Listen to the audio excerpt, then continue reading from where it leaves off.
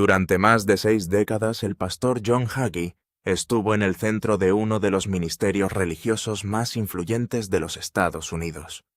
Formó una congregación que llegó a tener más de 20.000 miembros, amplió sus transmisiones televisivas a casi 99 millones de hogares, y fue autor de libros superventas que aparecieron repetidamente en la lista de los más vendidos del The New York Times. Para millones de seguidores se convirtió en una de las voces más reconocibles del cristianismo evangélico moderno, un predicador cuya influencia llegó mucho más allá de los muros de su iglesia.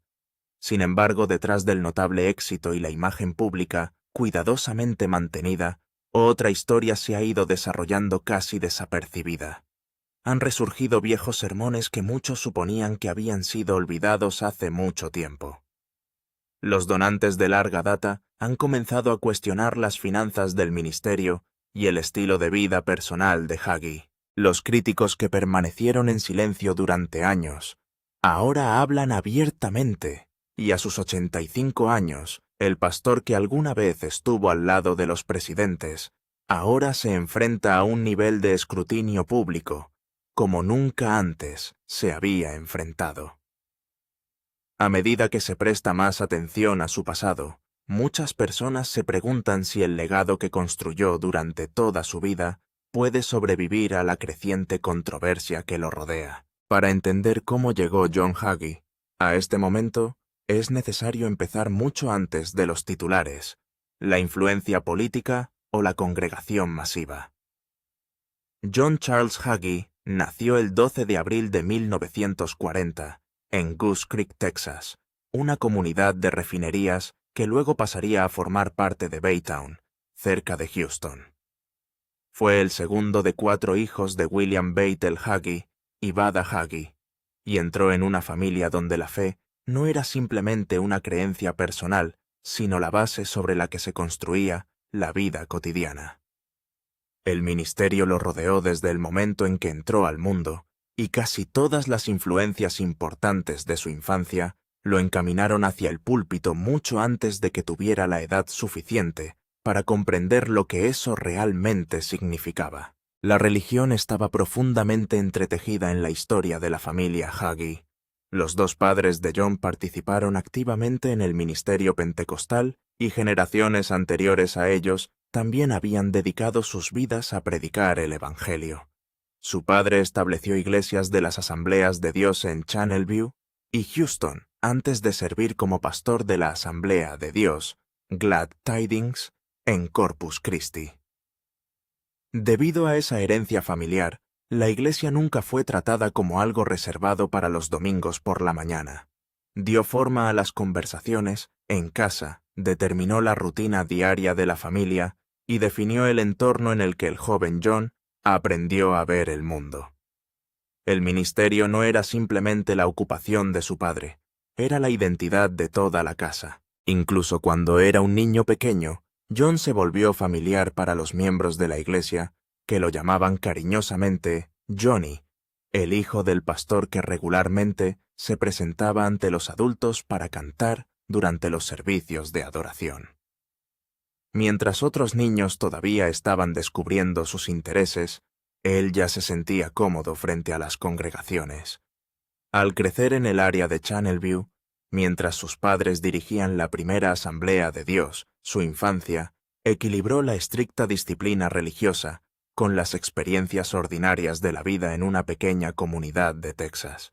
Había actividades en la iglesia casi todas las semanas y deportes que poco a poco se convirtieron en una de sus mayores pasiones.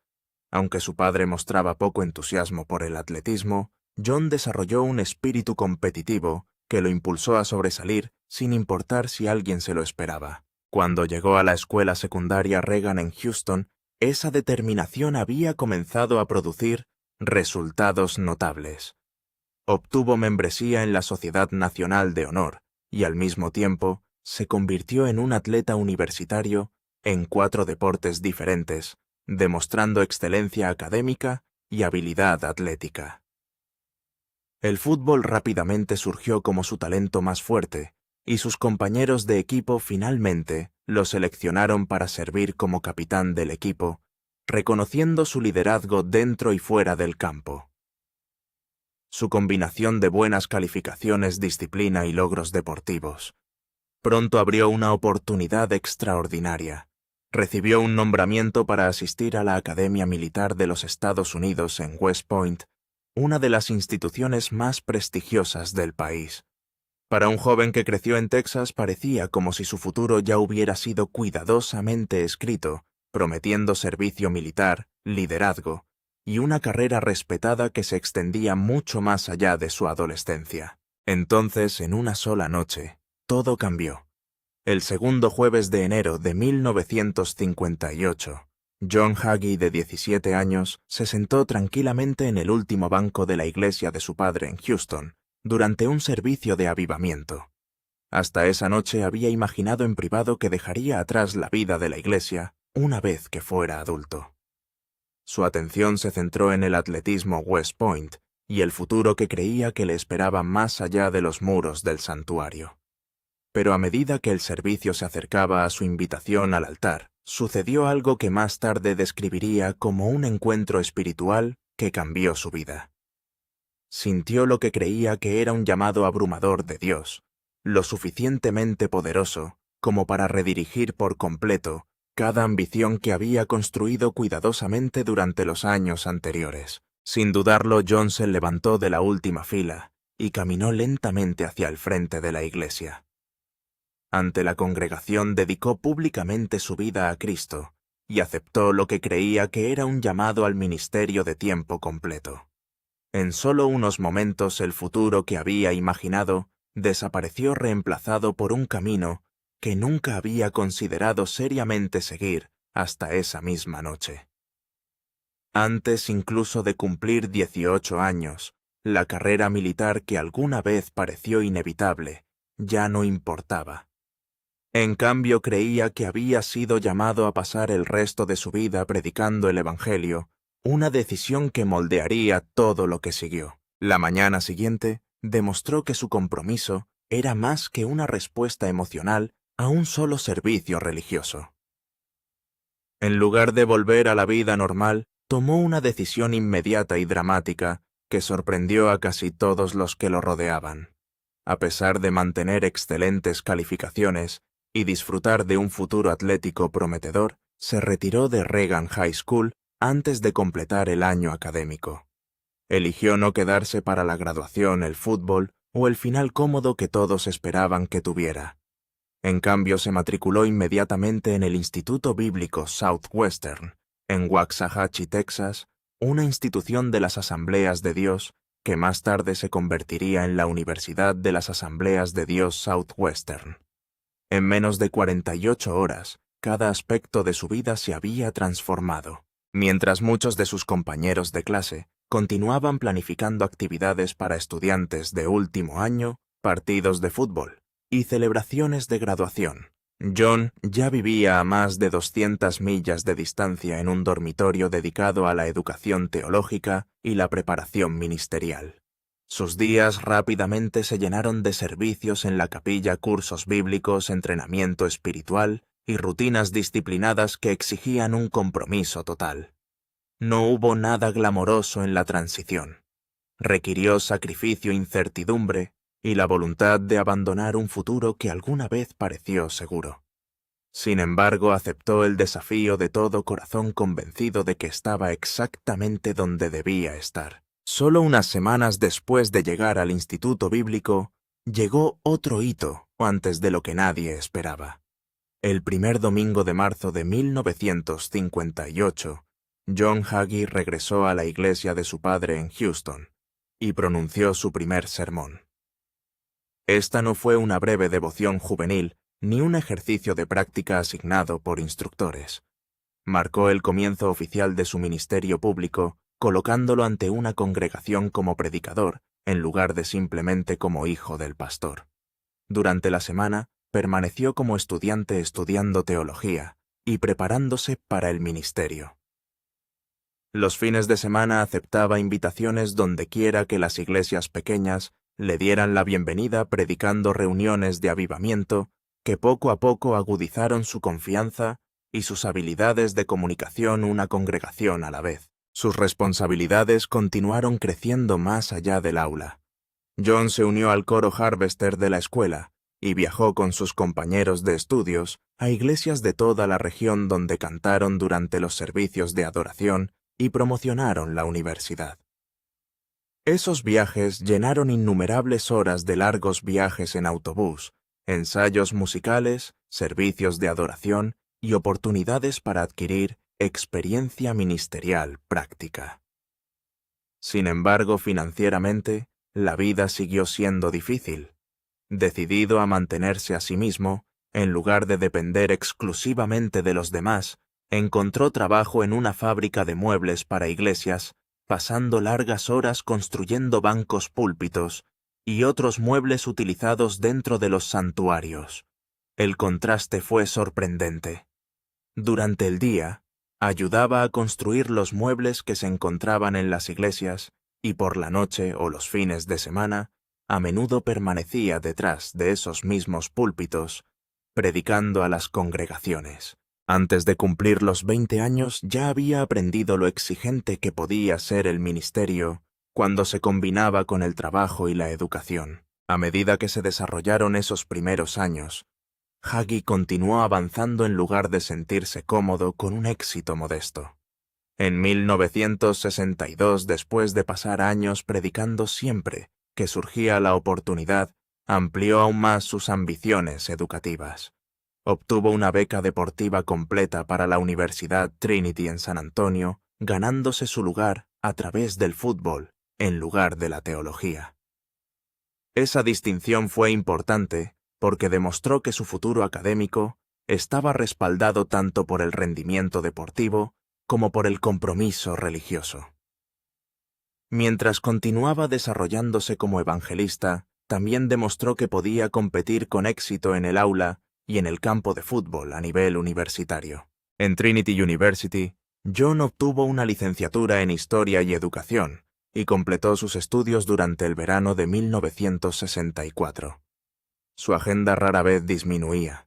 Entre cursos exigentes, compromisos futbolísticos y predicaciones regulares, casi cada hora de su tiempo la dedicó a desarrollar tanto su educación como su ministerio. La imagen pública que lo rodeaba también se volvió cada vez más definida. Ya no se le veía simplemente como el hijo de un pastor respetado que había respondido a un llamado al altar. Se estaba volviendo conocido como un estudiante atleta disciplinado cuya confianza, liderazgo y sentido de propósito religioso continuaron creciendo juntos. Después de graduarse, Hagee ingresó brevemente al mundo de la educación en lugar de asumir inmediatamente un pastorado de tiempo completo. Aceptó un puesto de entrenador en la escuela secundaria Nimitz, dentro del Distrito Escolar Independiente del Noreste, donde sus equipos lograron un éxito notable. Bajo su liderazgo, los programas de fútbol, baloncesto y atletismo capturaron campeonatos distritales, lo que demuestra que sus habilidades organizativas se extendieron mucho más allá del púlpito. Durante un tiempo parecía totalmente posible que pudiera establecer una exitosa carrera a largo plazo en el ámbito de la educación y el entrenamiento, combinando su pasión por el liderazgo con su amor por el atletismo. Sin embargo, una vez más se sintió atraído hacia una visión más amplia. En el otoño de 1965, Hagee se matriculó en la Universidad Estatal del Norte de Texas para obtener una maestría en Administración Educativa. Completó el programa de posgrado en 1966, agregando capacitación avanzada en liderazgo a la educación bíblica que ya había recibido. Este logro lo distinguió de muchos pastores de su generación. En lugar de limitar su preparación únicamente al colegio bíblico, amplió deliberadamente sus conocimientos de administración, liderazgo organizacional y gestión educativa. Más tarde esas habilidades resultarían invaluables a medida que construyó. Ministerios administró personal en crecimiento, estableció instituciones y expandió su influencia mucho más allá de los muros de una sola congregación. Incluso mientras cursaba estudios adicionales, la evangelización siguió siendo el centro de su vida.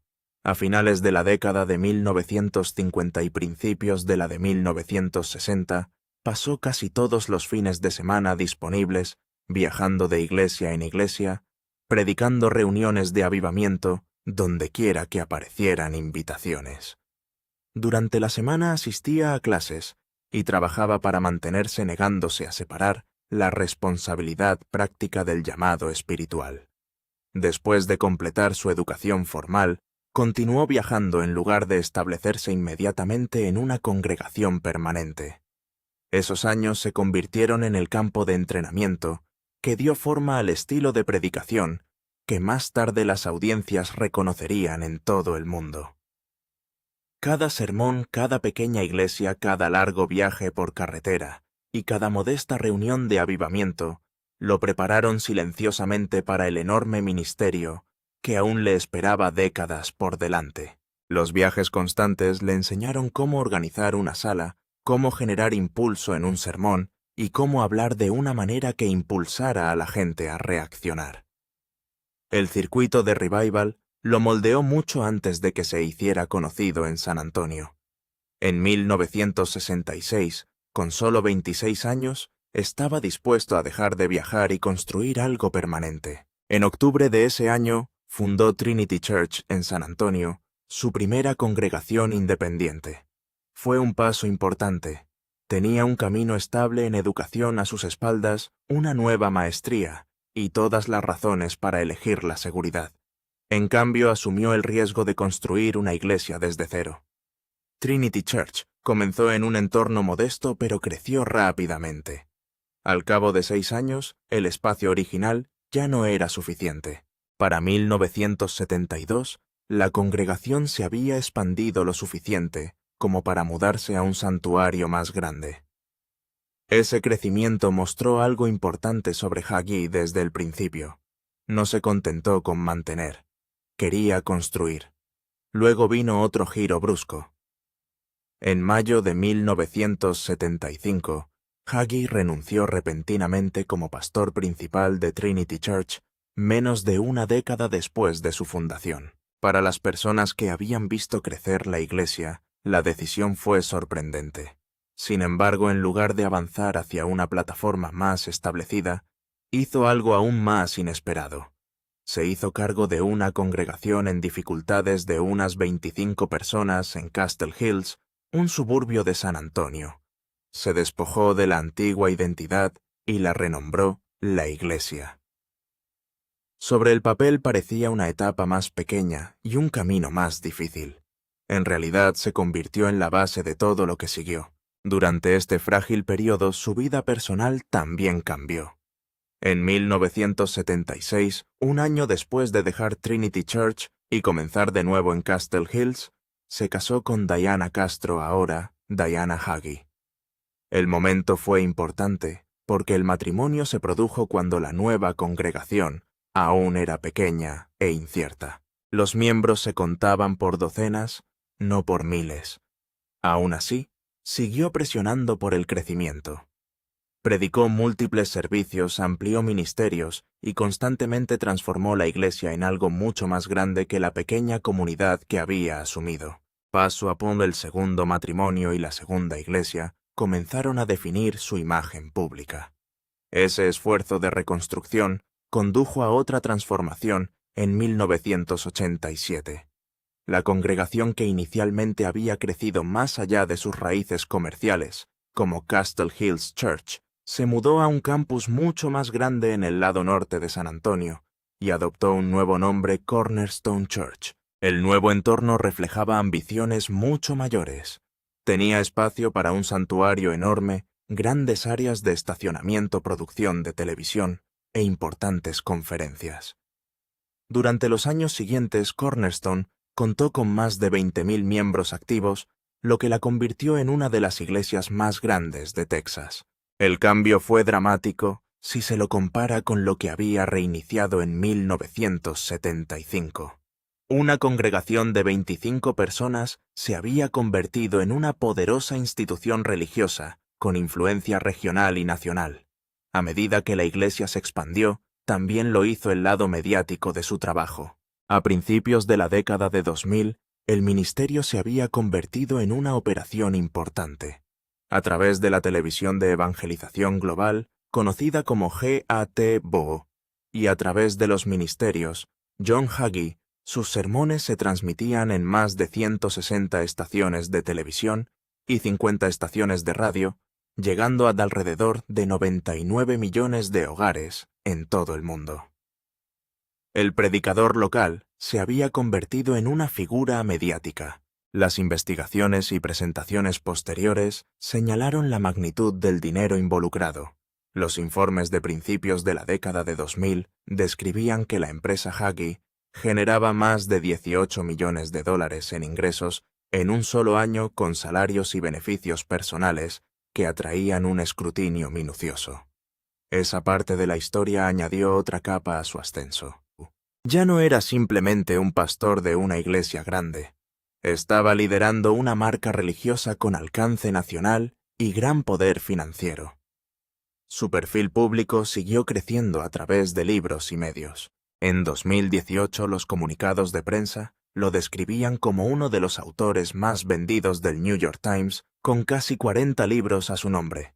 Varios de esos títulos alcanzaron la lista de bestsellers, incluidos Four Blood Moons y Absolute Power.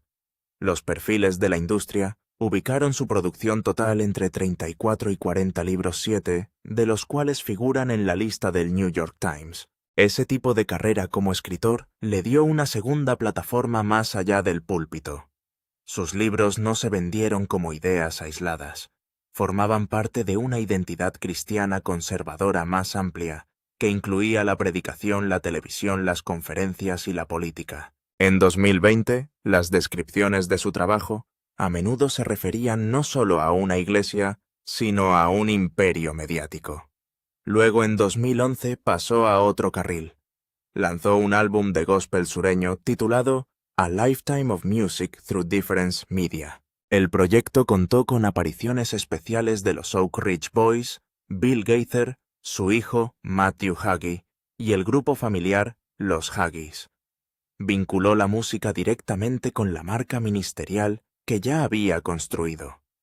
El álbum incluso recibió 2 nominaciones al premio GM Dove, incluido Álbum grabado de Gospel Sureño del Año y Canción grabada del Año de Gospel Sureño por Victory in Jesus. Ese momento mostró algo consistente en su carrera. Siguió encontrando nuevas formas de ampliar su plataforma y profundizar su presencia pública. En el centro de gran parte de su predicación había un mensaje sobre la riqueza y la prosperidad. En sermones como El poder de obtener riqueza y La decisión de prosperar, citó Deuteronomio 8:18, y dijo a los oyentes que la voluntad de Dios es que ellos prosperen.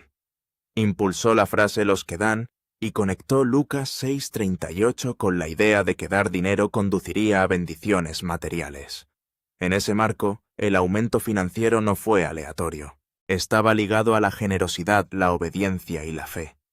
También describió la pobreza como una maldición y enseñó que las personas no califican para la abundancia de Dios hasta que dan. Ese mensaje se convirtió en una de las partes más debatidas de su ministerio porque los críticos argumentaron que estaba usando las Escrituras para apoyar un sistema de recaudación de fondos construido en torno a promesas de bendición y retorno. Esas críticas se agudizaron en torno a su uso de lo que muchos llamaron teología de la semilla. Watchdog Ministries y los críticos en línea se centraron especialmente en la forma en que utilizó Lucas 6:38 y Deuteronomio 28 en sus llamamientos para recaudar fondos. Argumentaron que estos pasajes se estaban aplicando de manera que empujaban a la gente a creer que las ofertas financieras producirían beneficios milagrosos. En esa lectura, dar al ministerio se convirtió en un camino hacia la riqueza, la curación o el avance. Los críticos respondieron con fuerza diciendo que los versos estaban siendo retirados de su contexto original y convertidos en herramientas para apelaciones monetarias. Los partidarios escucharon promesas y aliento en esos sermones. Los opositores escucharon manipulación. El desacuerdo se convirtió en parte de su reputación más amplia. Las preguntas sobre el dinero también le perseguían personalmente. Algunos comentaristas en línea afirmaron en 2025 que su patrimonio neto rondaba los 50 millones de dólares y enmarcaron esa riqueza como construida a través de donaciones de donantes. Otras estimaciones de medios seculares y cristianos lo sitúan mucho más bajo, generalmente entre 5 y 6 millones de dólares según el salario, las regalías de los libros y los ingresos del ministerio. Trabajos de investigación anteriores ya habían señalado que antes de reestructurar parte de su operación sin fines de lucro, en 2004 estaba entre los ejecutivos de organizaciones sin fines de lucro mejor pagados en San Antonio, con una compensación anual cercana a $1 millón por horas semanales limitadas relacionadas con el lado sin fines de lucro de su trabajo. Independientemente de que las estimaciones fueran altas o bajas, el patrón era claro. El ministerio se había convertido en una máquina con importantes ingresos, y la gente lo notó. Su apoyo a Israel estaba profundamente ligado a su teología del fin de los tiempos. Enseñó que el Estado moderno de Israel era fundamental para el plan de Dios para la historia, y a menudo lo describió como el cronómetro de lo que sucedería a las naciones, incluido Estados Unidos, hasta el rapto.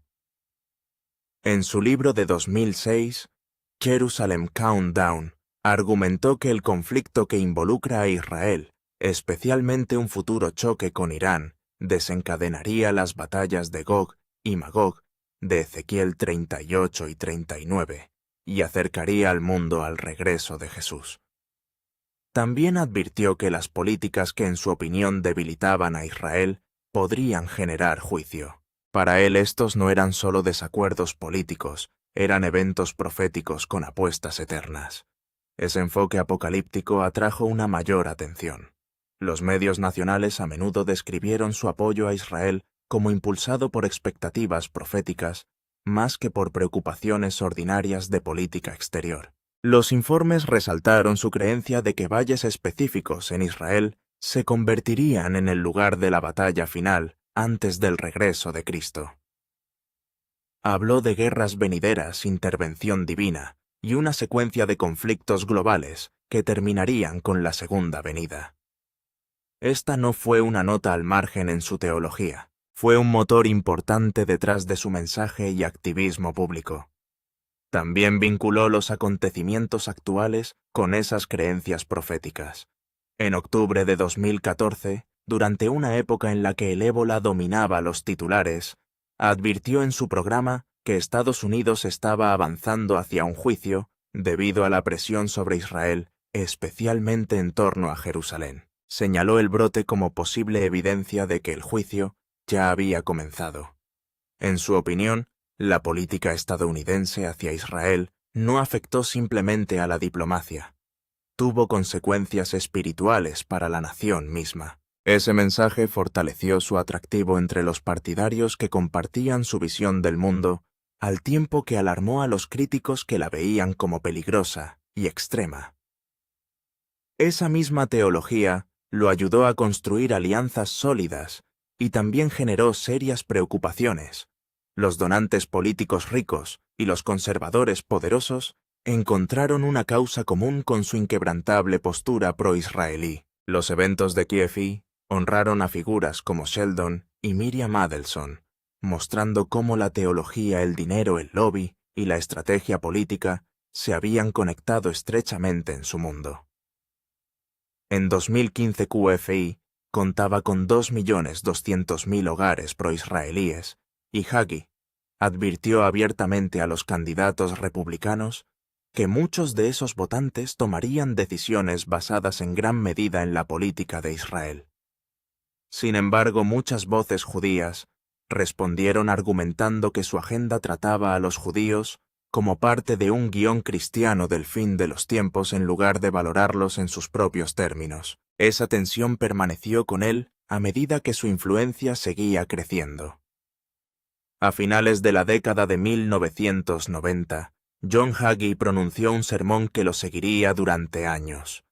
Mientras predicaba sobre Jeremías 16, se centró en la frase acerca de que Dios envió muchos pescadores y luego muchos cazadores para expulsar a los judíos de regreso a Israel. A partir de ahí, hizo el comentario que sorprendió a los críticos y que nunca desapareció de la memoria del público. Dijo que Dios envió un cazador y luego añadió que Hitler era un cazador. Describió a un cazador como alguien con un arma, alguien que te obliga. El mensaje de Hagí fue que el holocausto ocurrió porque Dios lo permitió, ya que traer a los judíos de regreso a la tierra era en sus palabras la principal prioridad de Dios para el pueblo. Esa interpretación horrorizó a mucha gente porque parecía tratar el asesinato en masa nazi como parte de un propósito divino, en lugar de denominarlo simplemente genocidio y maldad. Esa no fue la única razón por la que la gente lo acusó de pensar antisemita. En otros comentarios se documentó que Hagí decía que Hitler provenía de una línea de lo que él llamaba judíos mestizos, malditos y genocidas y asesinos. Vinculó esa afirmación con los descendientes de Esaú y construyó una historia religiosa en torno a la idea de que el sufrimiento judío se debía a la rebelión y la desobediencia hacia Dios. En ese marco la persecución no era simplemente algo hecho a los judíos por regímenes violentos, se convirtió en algo que se explica por el fracaso judío. Para los escritores y académicos judíos, esa línea de pensamiento sonaba dolorosamente familiar, porque hacía eco de viejas ideas cristianas que culpaban a los judíos por su propio sufrimiento, mientras dejaban la ideología nazi y la violencia estatal en un segundo plano. Incluso algunas personas que apoyaban la política de Hagí admitieron que estas declaraciones eran inquietantes y fáciles de interpretar como abiertamente antisemitas. El patrón se volvió aún más oscuro cuando Hagí incluyó a las familias de banqueros judíos en su enseñanza del fin de los tiempos. En libros y sermones televisivos repitió las afirmaciones de que los Rothschild estaban en el centro de una red privada que controlaba la Reserva Federal y las finanzas globales. Él combinó esa imagen en una historia profética sobre el anticristo, el control global y un sistema mundial venidero. Para los críticos, esta no era una teoría inofensiva flotando al borde de la especulación religiosa. Se basó en uno de los mitos antisemitas más antiguos que circulan, la fantasía de que los banqueros judíos gobiernan el mundo en secreto. La investigación económica moderna no respalda esa idea, y los bancos centrales no son reinos privados gobernados por una familia. Aún así, Hagí siguió usando ese lenguaje en un marco profético, lo que hizo que muchas personas sintieran que se estaban disfrazando viejos prejuicios como enseñanza bíblica. En mayo de 2008, esos viejos sermones ya no estaban enterrados en el pasado.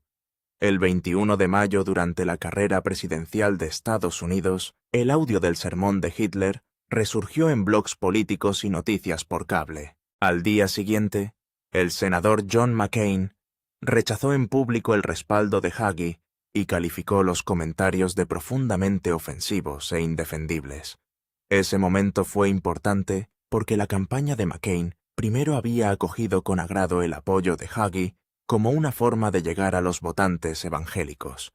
Una vez que los periodistas comenzaron a indagar en los sermones más antiguos sobre Hitler, el catolicismo y el holocausto, el costo político se volvió demasiado obvio como para ignorarlo. Grupos judíos dijeron que el episodio reveló algo más grande que un escándalo. Para ellos mostraba cómo la teología apocalíptica extrema se había acercado al centro de la política republicana en 2008. La misma historia regresó con fuerza el 14 de noviembre de 2023, después de que Hagí fuera invitado a orar en la manifestación Marcha por Israel en el National Mall tras los ataques de Hamás del 7 de octubre. Se suponía que ese evento sería una postura pública contra el antisemitismo y en apoyo a Israel. Sin embargo, casi de inmediato los escritores y comentaristas judíos recuperaron el sermón de Hitler y los comentarios de los judíos mestizos. Muchos de ellos dijeron que poner a Hagí en ese escenario era una vergüenza moral. La ira no se debía solo a algo viejo que la gente había olvidado. Los críticos señalaron que su lenguaje conspirativo sobre los banqueros judíos y el anticristo había continuado hasta bien entrada la década de 2020.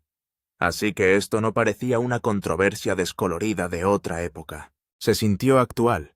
Esa misma sensación de larga controversia dio forma a la historia más amplia en torno a Hagi durante décadas.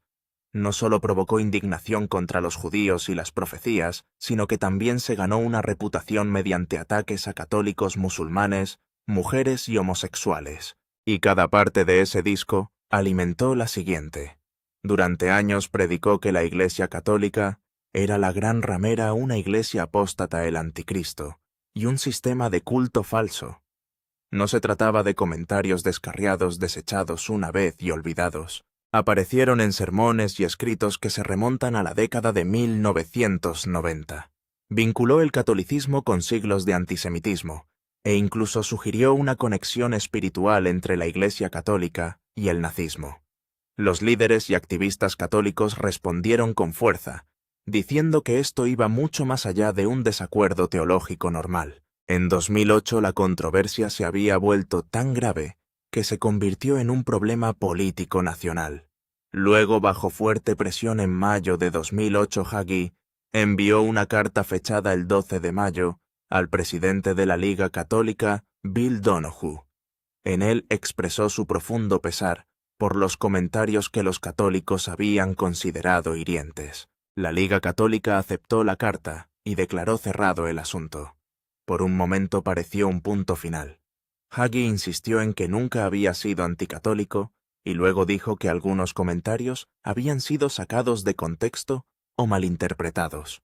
Aún así, sus declaraciones anteriores siguieron circulando, y los críticos nunca dejaron de señalarlas. Entonces la disculpa puede haber bajado la tensión política, pero nunca borró el récord.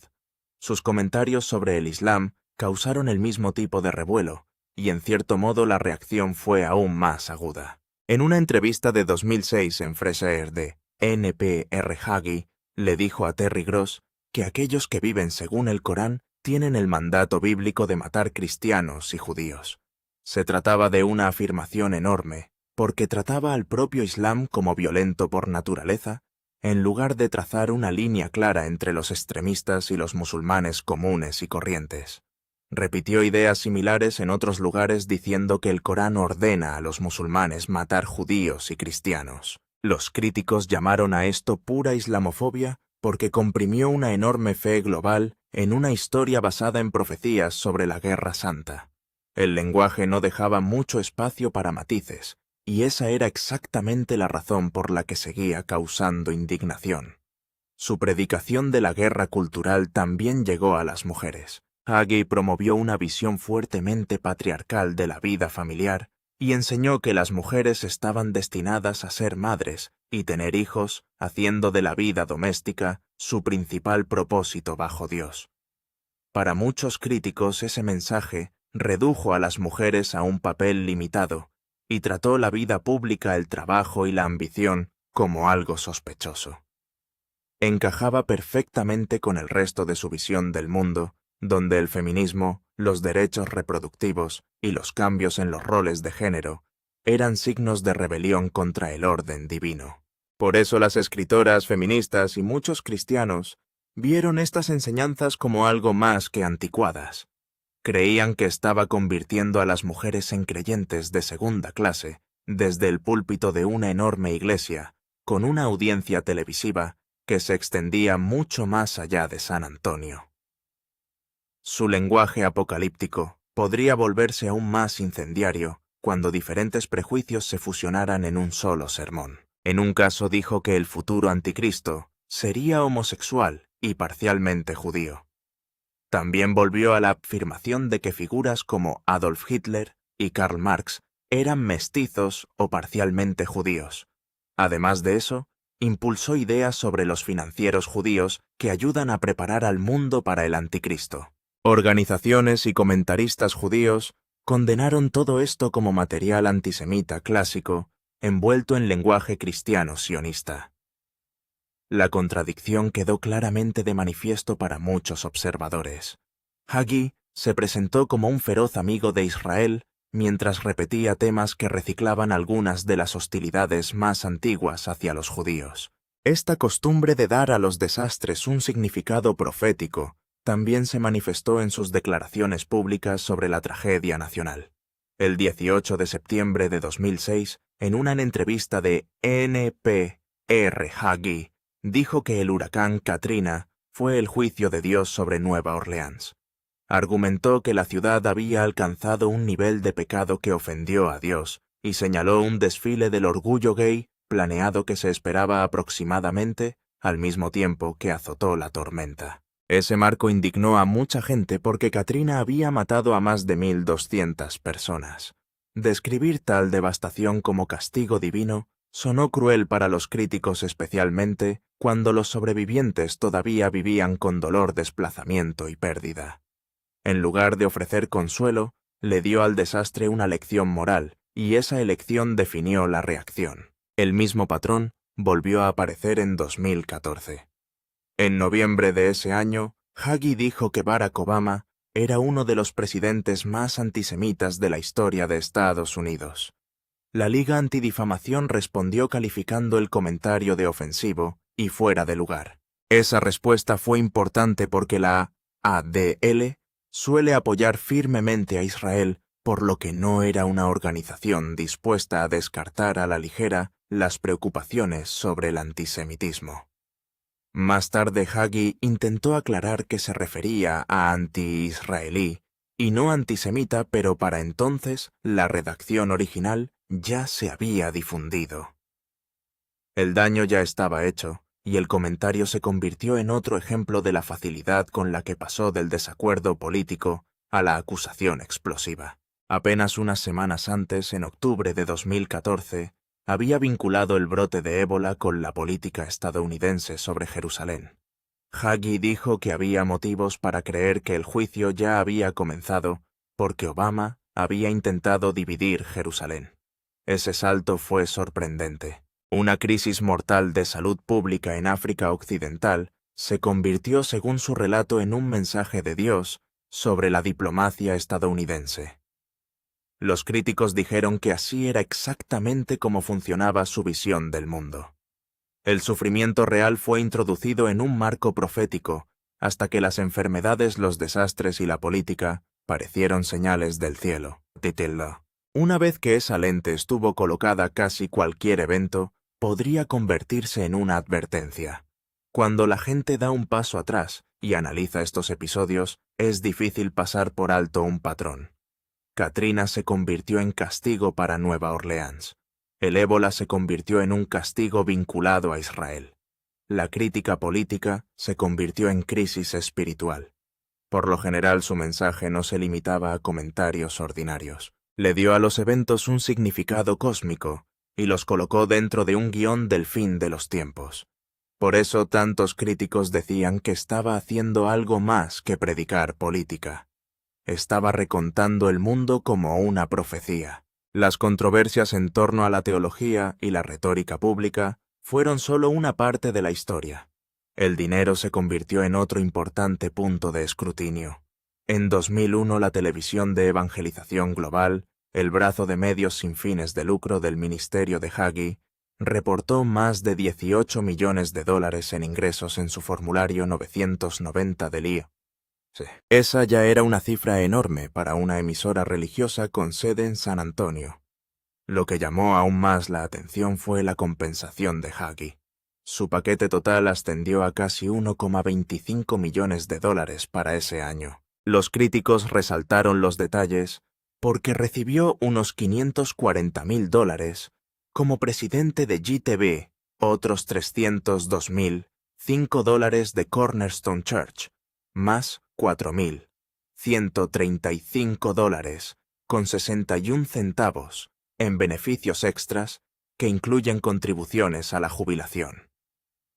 Esas cifras lo colocaron entre los líderes de organizaciones sin fines de lucro mejor pagados del área.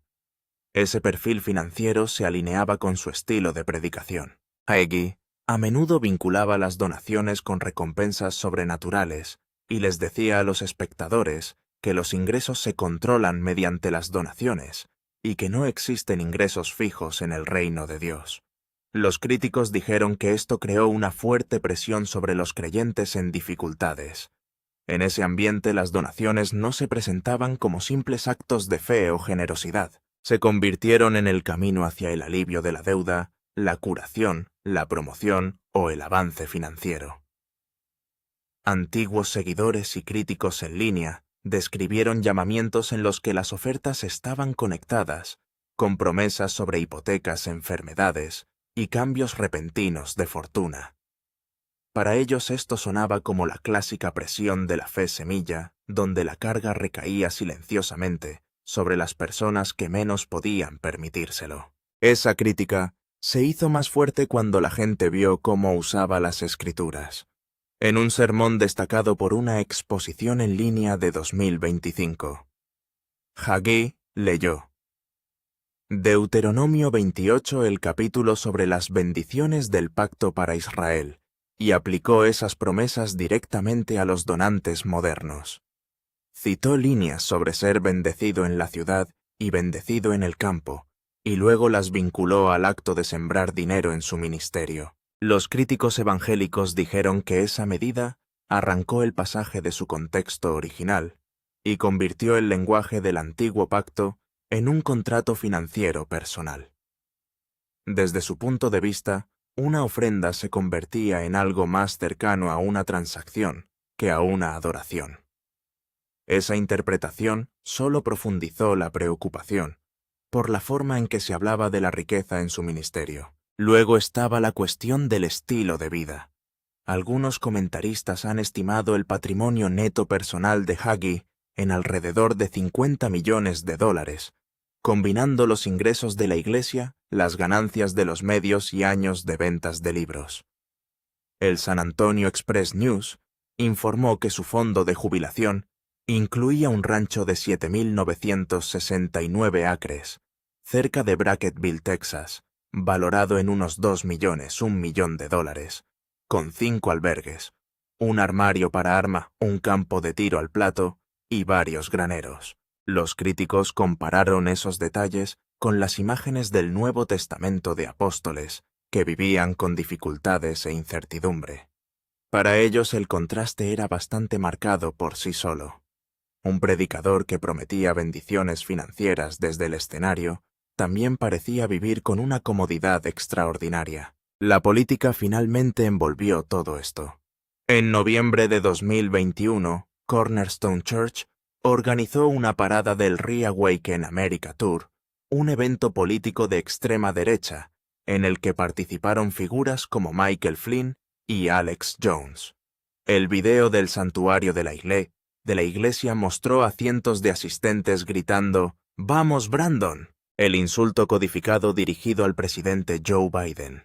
El canto surgió desde el escenario a través del sistema de sonido de la iglesia, lo que hizo que el evento pareciera menos una vaga superposición entre fe y política, y más como un teatro partidista abierto. La Freedom from Religion Foundation instó al ITO-RS a investigar si la reunión cruzó la línea para una iglesia exenta de impuestos. Los críticos dijeron que la iglesia se había convertido en el escenario de una manifestación. En ese momento, Hagee también estaba lidiando con la edad y la salud.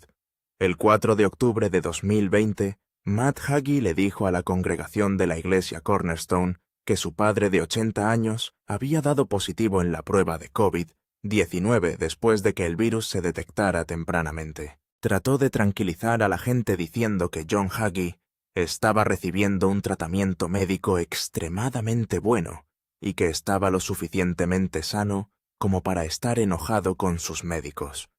Aún con ese intento de calma, la noticia golpeó fuerte porque su edad hacía evidente el peligro.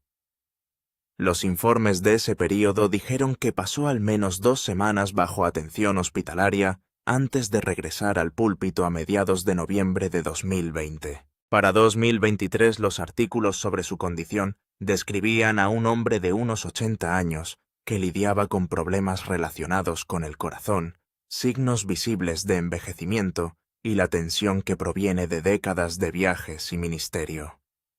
Aún así, Esos mismos informes enfatizaron que continuó predicando regularmente y permaneció bajo supervisión médica mientras trabajaba. Esa imagen se mantuvo coherente con el papel público que había construido durante años. No pasó silenciosamente a un segundo plano. Siguió apareciendo en el escenario y en la televisión, avanzando incluso cuando la edad y la salud se convirtieron en parte de la historia. Al mismo tiempo, la iglesia Cornerstone ya había comenzado a pasar a una nueva fase. La iglesia que John Hagee fundó en 1987 estaba entrando en un lento proceso de sucesión con Matt Hagee, cada vez más presentado como pastor principal, mientras que John seguía siendo el pastor fundador y el centro simbólico del ministerio. Ese arreglo le permitió al padre Hagee seguir predicando y haciendo apariciones importantes, mientras el peso diario del liderazgo pasaba a la siguiente generación. No fue un traspaso repentino. Se sintió gradual, visible y cuidadosamente administrado en tiempo real. Luego, el 14 de noviembre de 2023, toda la historia pareció dar un giro sobre sí misma. John Hagee apareció en la manifestación de la Marcha por Israel en Washington, D.C., y su presencia revivió instantáneamente los viejos argumentos sobre Hitler, la profecía, el antisemitismo, la islamofobia y el tipo de protección política que suelen recibir las figuras religiosas poderosas. Los críticos dijeron que su invitación socavaba el mensaje mismo que la manifestación decía defender. Los seguidores vieron algo más, un viejo defensor de Israel que se encuentra en un momento de crisis. Esa reacción dividida capturó casi a la perfección la historia más amplia de John Hagee. Durante décadas ha podido seguir siendo influyente y al mismo tiempo llevar la controversia a su lado. Y cada vez que vuelve el foco de atención, el mismo viejo récord aparece con él.